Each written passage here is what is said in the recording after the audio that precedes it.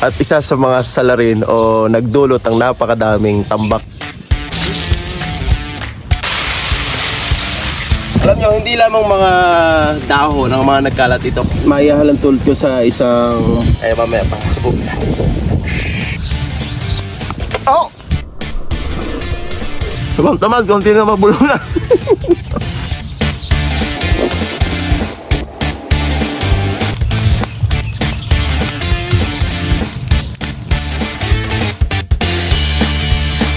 Pero ngayong araw, grabe ating karanasan. Napakalikabok. Kinuha natin mga prutas at kakain natin ito lahat ng mga ito.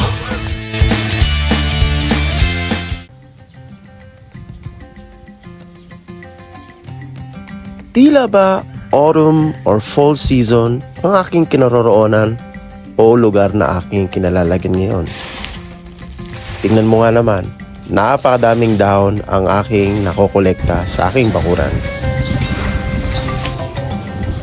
So matapos nga natin mapausukan ang mga mangga mula sa mga sanga ng mga kahoy nating pinutol, ito namang mga dahon na to ang ating isusunod na susunugin o ipapausok sa mangga. At isa sa mga salarin o nagdulot ng napakadaming tambak na mga dahon dito sa ating bakuran ay itong mga mahogany.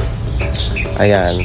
So yung mahogany na yan ay kasisibol pa lamang dahil nga naubos na yung dahon na niya at dito nga naipon sa ating bakuran itong mga dahon na yan. Ayan, napakarami niya na ipunin natin at ito na nga isusunod natin na papausukan natin sa ating mangga.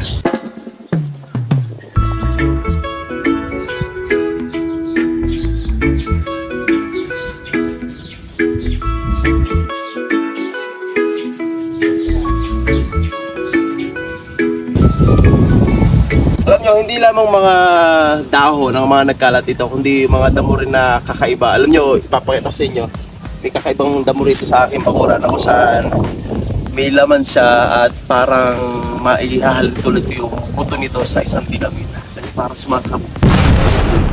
At mamaya mag-experiment tayo at tingnan natin. Tingnan nyo. Ganyan kakaiba tong damo na to. May laman siya. At maihahalang tulad ko sa isang punong gabi o luya o ano pa man dahil may laman nga siya.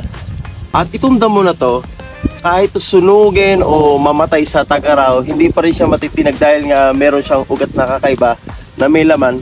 Kaya yan ang katangian niya na talaga namang iisa-isayin nating baritahin para lang maalis siya.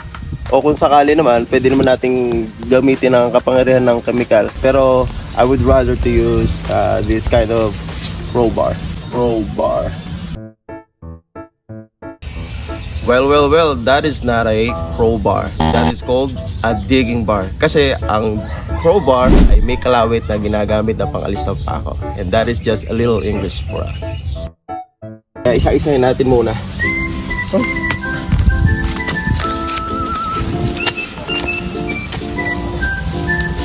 Oh, ng kamote.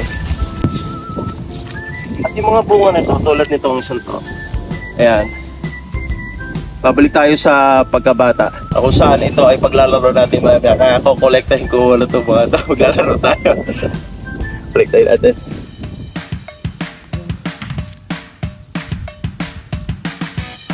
Basta siguraduhin mo lang nasasabog yung laruan mo na yan, ha. Abay, mahirap na. Baka mapahiya tayo. Ayan. Maglalaro tayo. At di kayo maniniwala na parang dinamita ito sasabog pagka nilagay ko sa isang liquid or substance. Kaya mamaya pasabugin natin. Sa ikalawang yugto ng pagpapausok natin sa mga mangga, yan na nga ang ikakana ko, mga naipong kong dahon na sadyang napakadami.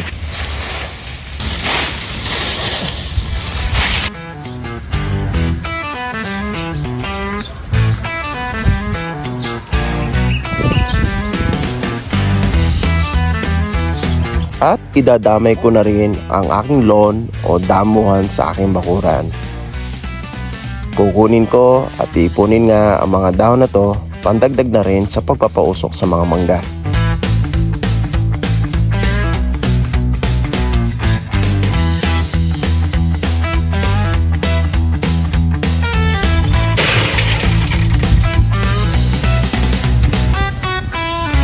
nga naman, mas madali pang dakutin ang mga dahon na yan kaysa sa gumamit pa tayo ng dustpan.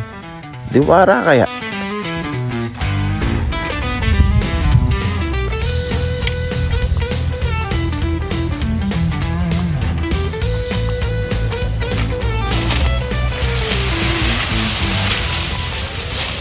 Grabe oh, napakadami niyang dahon. At ito ang nagdulot ng napakaraming dahon. Itong portion ng bakuran ko na puro mahogany sa side na to. Sa totoo lang, bago pa tayo umasa o dumipende sa mga chemical na ini-spray sa mga manggahan, yan muna ang ginagamit ng mga magsasaka o paraan upang papulaklakin ang mga mangga. Ang pagpapausok gamit ang mga dahon at kung ano-ano pang mga natural na bagay. Muna tayo.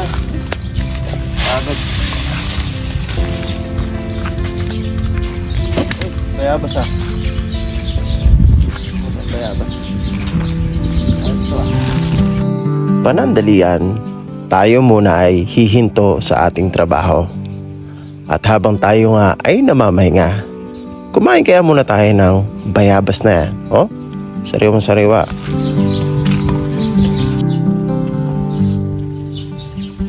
Dahil pa. Oh, pwede dalawa. Oh. Since namamahinga tayo, yan kaya natin si Wantamad. Mamahinga muna ako, tapos hintayin kong mahulog. Ako pa, abot niya ako isang taon dito ah. Oh!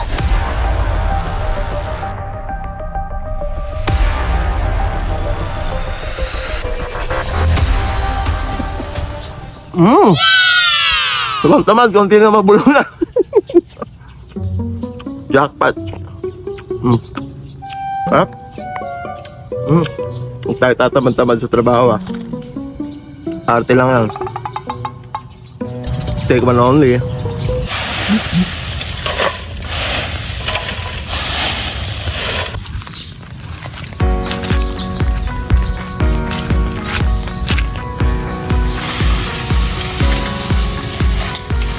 Ayos, pwede nating pausukan muli yung mangga. So sa ikalawang pagkakataon, itong mga dahon naman ang ating gagamitin para na sa ganun ay mapausukan itong mga mangga natin ha? So ito ay experiment lamang natin na sana nga ma-chamba natin na mapabulaklak na sa ganun magbunga ating mangga. Tinutubigan natin ang bagay ibabaw kasi nga nung nakaraan tayo nagsiga, nag-live siya kasi nga tuyo yung dahon o yung mga sanga, kaya ito gagawin natin pauna at sa ganun ay hindi nga machamba nating maglagablab ng mabilisan. Kaya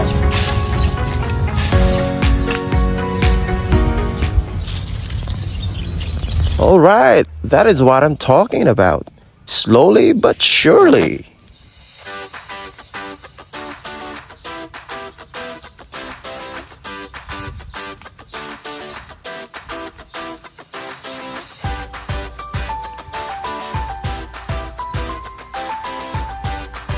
Ang mga punong manggang iyan ay 4 na taong gulang na o 4 na taong gulang pa lamang. At yan ang unang pagkakataon na sila ay pabubulaklakin at pabubungahin nga ng libo-libong mga prutas nito. Sana nga mangyari, no? Well, in this experiment we are carrying out, we can make it or we might fail. But what matters is we tried it.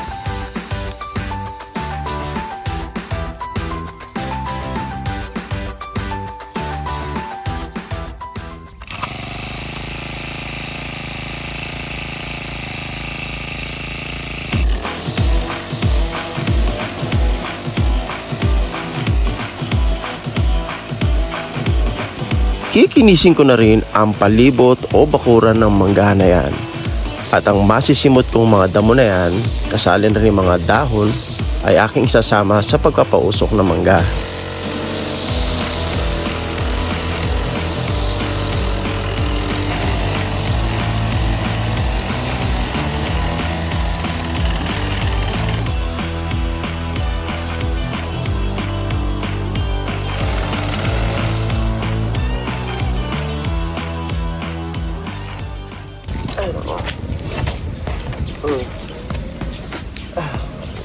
Ala.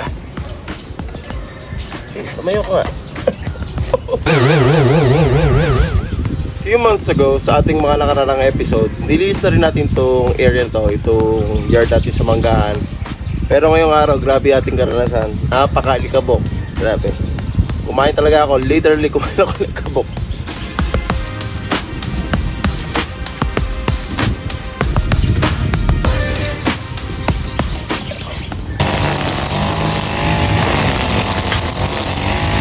Well, ganyan talaga.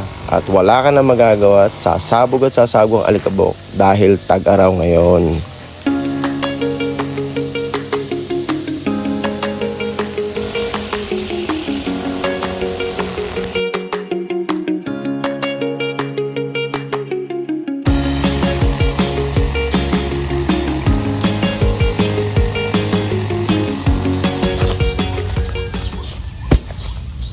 At sa ikatlong pagkakataon ng ating pagpapausok sa mga mangga, ang gagamitin naman natin ay ang palay na yan. Ay, no, sorry.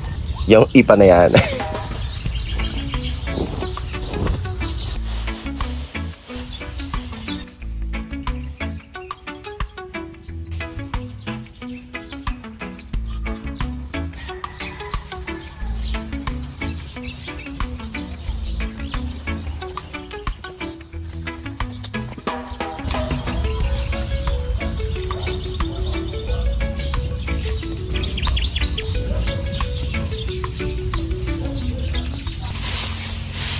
Lahat-lahat ng natira ay akin ang iniipon at kinokolekta upang maisama na rin sa pagpapausok.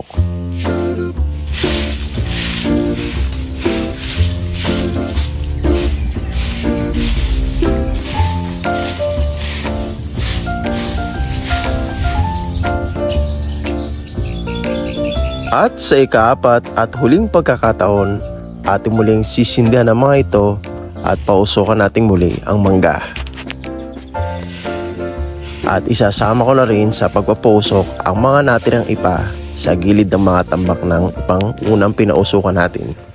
Kaya ng aking pinangako, maglalaro tayo at ito na nga, hawak ko ang aking Mina Dynamite at ito ang tubig na kung saan pasasabogin natin itong mga to. Okay? Get ready! Get ready to witness how this dynamite explodes. Ang sarap nga naman balikan ng mga sandali ng ating kabataan. Ayan na. Come on. Alright.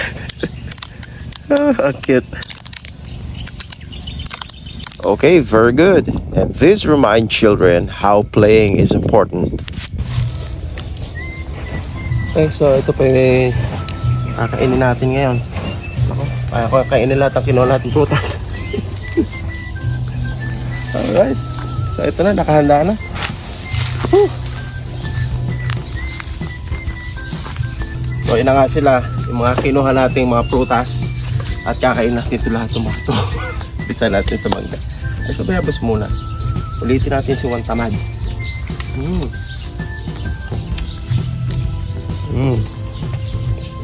Ati paborito ni Juan Tamad.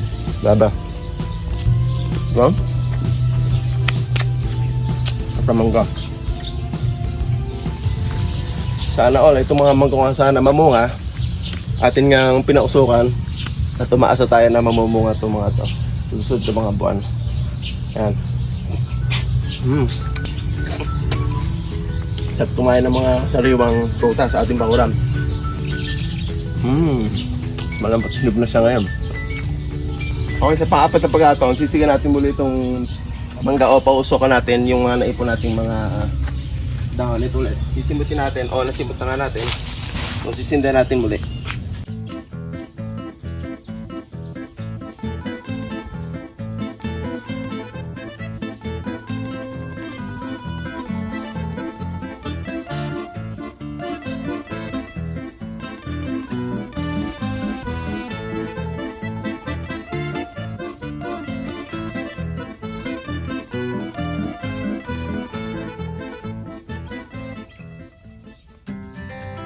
At dito na nga nagwawakas ang pagpaposok ng ating mga mangga. Ari naway, magtagumpay nga tayo sa ating ginawang eksperimentong to. At nang sa ganon, may pagpapatuloy ang video na to. So don't forget to subscribe to my channel. Thank you very much.